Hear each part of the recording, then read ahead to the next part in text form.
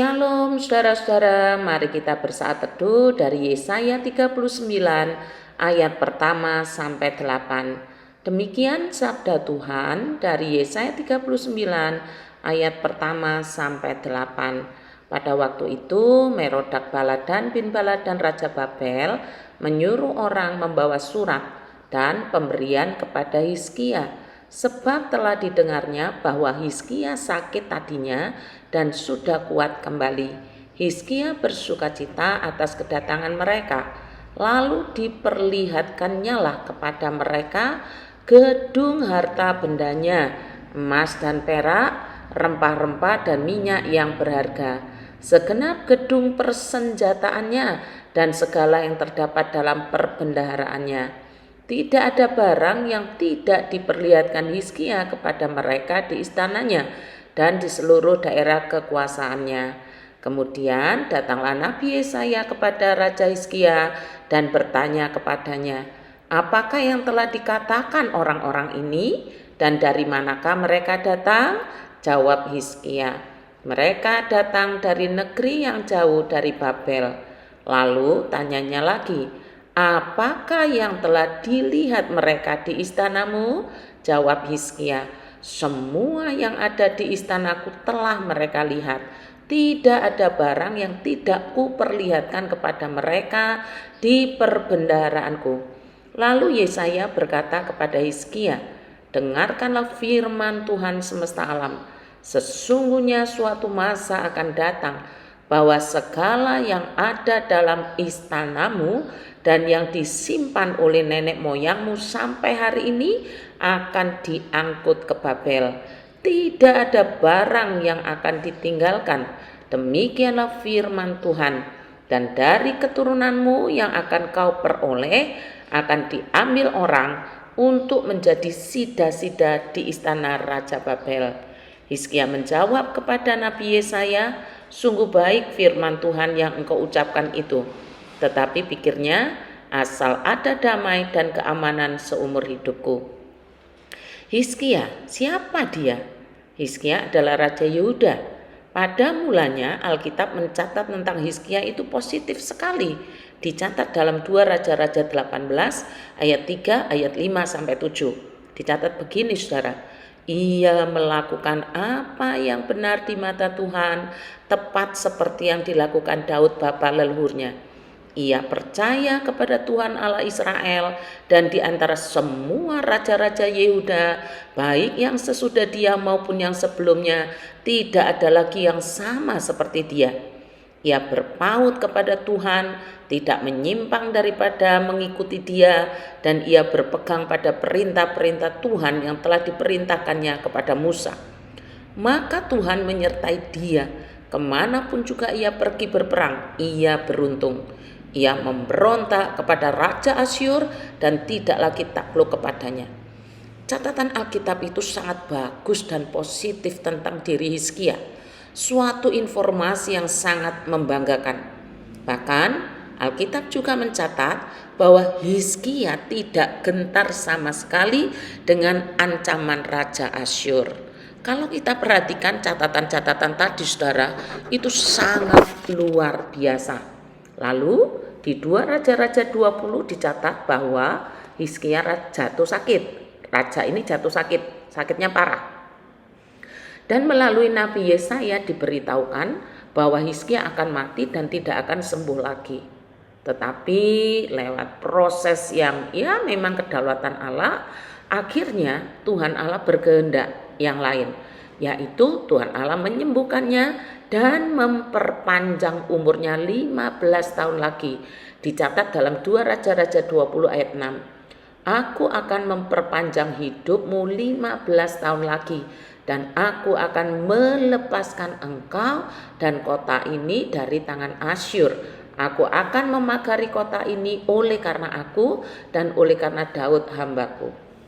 Nah, ini suatu yang menyenangkan. Secara manusia ditambahi umurnya itu menyenangkan.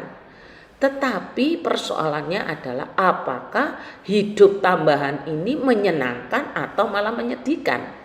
Mari kita lanjutkan. Berita sembunyi Hizkia terdengar oleh Raja Babel yang bernama Merodak Baladan bin Baladan dan menyuruh utusannya menemui Hizkia. Nah, dari sinilah Hizkia kemudian memamerkan segala yang dipunyai, termasuk harta benda dan gudang persenjataannya, dan semuanya dipamerkan. Tidak ada yang luput, semua dipamerkan. Persoalan itu bermula dari sini. Persoalan yang kemudian disimpulkan sebagai kegagalan Hizkia, atau yang saya pribadi menyebut sebagai titik lemah dari seorang Hizkia yang mempunyai banyak kelebihan, tetapi tidak diperlukan banyak kelemahan untuk sebuah kegagalan yang sangat parah. Hanya satu kelemahannya saja, yaitu kesombongannya. Akhirnya apa? Memporak-porandakan semua perjuangan yang seharusnya indah dikenang dalam catatan sejarah. Banyak kelebihannya, tetapi tidak terlalu berarti dibanding dengan satu kelemahannya, yaitu kesombongan, yang akhirnya menghancurkan apa yang sudah diperjuangkannya selama ini. Juga tambahan umur 15 tahun bukanlah pada akhirnya membuat hidup menghasilkan sesuatu yang menyenangkan Tuhan, tetapi justru kehancuran bagi kerajaannya. Firman Tuhan berkata begini, lalu Yesaya berkata kepada Hizkia, dengarkanlah firman Tuhan semesta alam. Sesungguhnya suatu masa akan datang bahwa segala yang ada dalam istanamu dan yang disimpan oleh nenek moyangmu sampai hari ini akan diangkut ke Babel. Tidak ada barang yang akan ditinggalkan. Demikian firman Tuhan. Dan dari keturunanmu yang akan kau peroleh akan diambil orang untuk menjadi sida-sida di istana Raja Babel. Saudara, tadinya ditambahi umur itu menyenangkan, tetapi tambahan umur tidak menghasilkan hidup yang menyenangkan, malah lebih buruk. Perasaan bangga akan sesuatu tidak salah, namun kita perlu berhati-hati karena kebanggaan akan menjadi dosa kesombongan apabila tidak disertai sikap takut akan Allah. Kita perlu sadar bahwa semua yang kita miliki adalah berkat dan anugerah Tuhan. Kita hanyalah penata layanan yang dipercayakan untuk mengelola. Apapun kepunyaan kita, baik itu keluarga, materi, kepandaian, kesehatan, semuanya titipan Tuhan. Kita kembalikan segala kepunyaan kita untuk pujian dan hormat bagi Allah. Mari kita tetap rendah hati, hiduplah berbagi dengan sesama yang membutuhkan, dan layanilah Tuhan dengan setiap karunia yang dipercayakan kepada kita. Dan kalau Tuhan memberikan bonus, bonus itu bukan menuliskan sejarah buruk dan kegagalan. Seharusnya bonus itu mencatatkan kesalahan hidup yang menyenangkan Tuhan. Tuhan memberkati kita sekalian. Mari kita tunduk kepala, kita masuk di dalam doa. Kami bersyukur Tuhan untuk saat teduh hari ini. Kadang-kala permohonan kami justru menjadi batu sandungan bagi kami, seperti Hizkia justru jatuh di dalam bonus umur yang diberikan, yaitu dengan kesombongan yang akhirnya meruntuhkan perjuangan. Tuhan ampuni kami, supaya kami belajar berdoa seperti yang Tuhan kehendaki. Kami berdoa untuk acara lansia hari ini, usia bahagia. Memang tidak ada doa puasa, tetapi Tuhan, kami tetap menyerahkan umat-Mu untuk benar-benar hidup di dalam takut akan Tuhan.